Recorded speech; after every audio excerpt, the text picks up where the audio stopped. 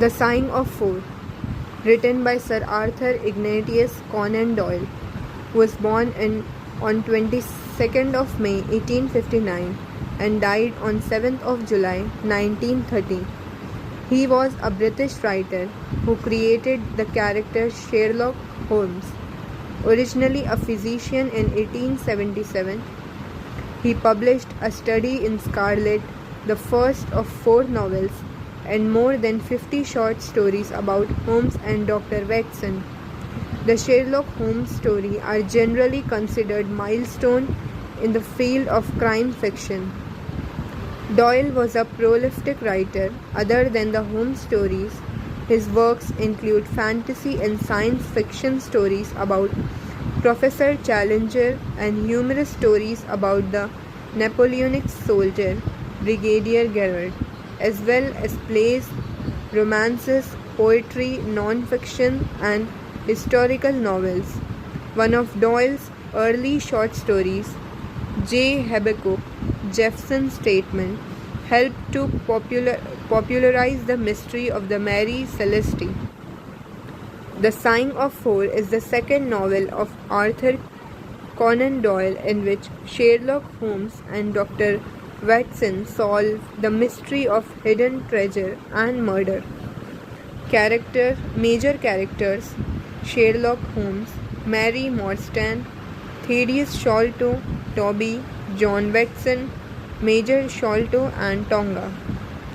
Outline of the novel. The novel begins with Holmes and Dr. Watson engaged in a discussion when Mary Morstan, a young woman who desires Holmes' advice, soon visits the two at their place. During the meeting, Mary tells that after her father disappeared under mysterious circumstances some 10 years ago, she began receiving a large pearl in the mail on the same day of every year. She tells that she has received a letter instructing her to go, with the accompaniment of 2 friends, to Lyceum Theatre. The letter gives a hint that some injustice has been done to her. Holmes and Watson agree to accompany Mary. Soon, Watson and Mary are attracted to one another.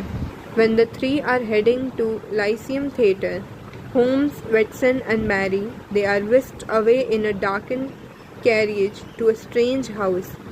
Within they find an eccentric gentleman named Thaddeus Sholto. He reveals that not only has Mary's father died, but also she is partial heir to a great hidden treasure. Thaddeus goes on to explain that his father always lived in fear of men with wooden legs, and on occasion struck out at perfect strangers who were so handicapped. On his deathbed, the elder Sholto revealed to his sons the existence of the treasure. But just before he could tell them where it was, the face of a bearded man appeared in the window, and the old man suffered a fatal heart attack. The next morning, a note was found affixed to the body. It read, "Sighing of Four." Thaddeus proceeds to explain that after searching for years for the treasure, his brother Bartholomew discovered it in a hidden attack in the family house. On his deathbed, the brothers' father made them swear they would share the treasure with Mary Morstan, who has some unknown claim in the fortune. Thaddeus concludes by entreating the 3 to accompany him to the family estate, where they will divide up the fortune. When they arrived at the family estate, the 3 find a shaken housekeeper who claims that Bartholomew has not emerged from his locked room all day. Holmes and Watson peer through the keyhole of the room and find an unnatural grinning face leering at them. Breaking down the door, they find the body of Bartholomew, a poisoned thorn lodged in his neck. After investigating for some time, Holmes concludes that 2 persons, one of whom had a wooden leg, committed the crime. According to Holmes, the second person was an especially interesting individual. It also becomes apparent that the murderers have stolen the Agra treasure. One of Holmes' deduction reveals that the wooden-legged man stepped in creosote during his escape. Following up on this lead, Holmes and Watson borrow a dog to follow the scent. Their search leads them to the edge of the Thames, where it is clear the two criminals hired a boat.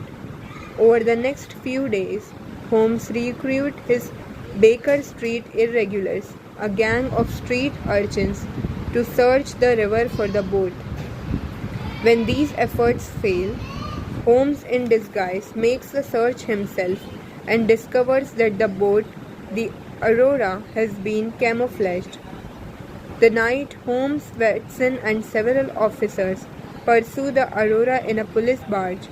They gradually overtake the boat, which contains a wooden-legged captain and a small pygmy native from the Andaman Islands. The native attempts to shoot Holmes with a blowpipe and is consequently shot down by both Holmes and Watson. The Aurora runs aground and the wooden-legged man becomes entrapped in the mud. Subsequently, he is captured. The wooden-legged man, whose name is Jonathan Small, is brought back to Baker Street along with an iron box, which was found on the boat. Captain Small proceeds to relay the story of the Agra treasure, which began when he was stationed as a fortress gatekeeper in India. Small explains that he was approached by 3 Arab guards and offered a share in great fortune if he would help them murder the man who carried it. Small agreed. When the man and a missionary from a wealthy sheikh arrived, the 3 Arabs murdered the man as Small blocked his escape. The 4 conspirators hid the treasure, but soon after were arrested for the murder of emissary.